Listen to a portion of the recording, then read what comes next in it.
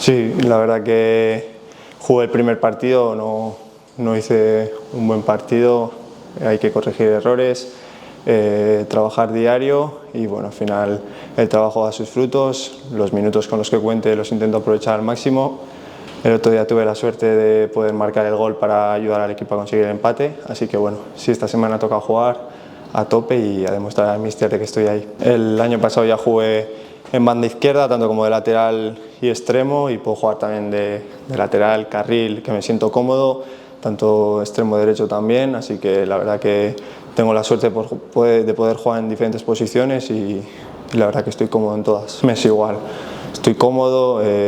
si hace falta ocupar alguna posición por alguna lesión o decisión del míster, estoy dispuesto, así que donde sea. Se prioriza ganar siempre,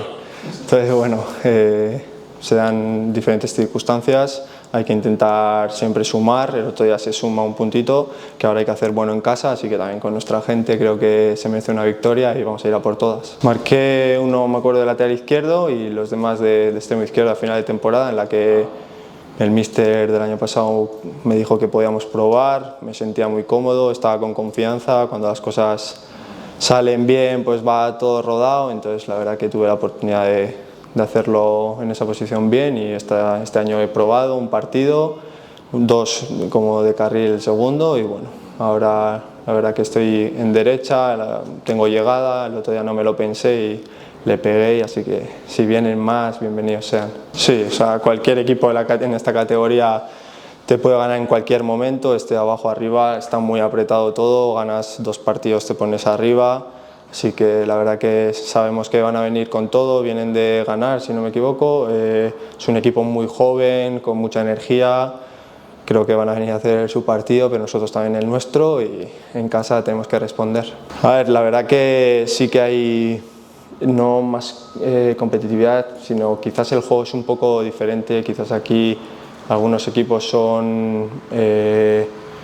más compactos con balón, plantean un juego más vistoso, te hacen quizás estar más ajustado en defensa porque si no, con la calidad técnica que tienen algunos jugadores, pues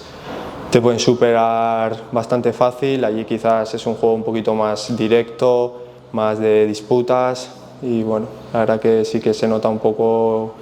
no el nivel, porque al final en segunda ref el nivel es muy similar, pero el estilo de juego sí que cambia un pelín.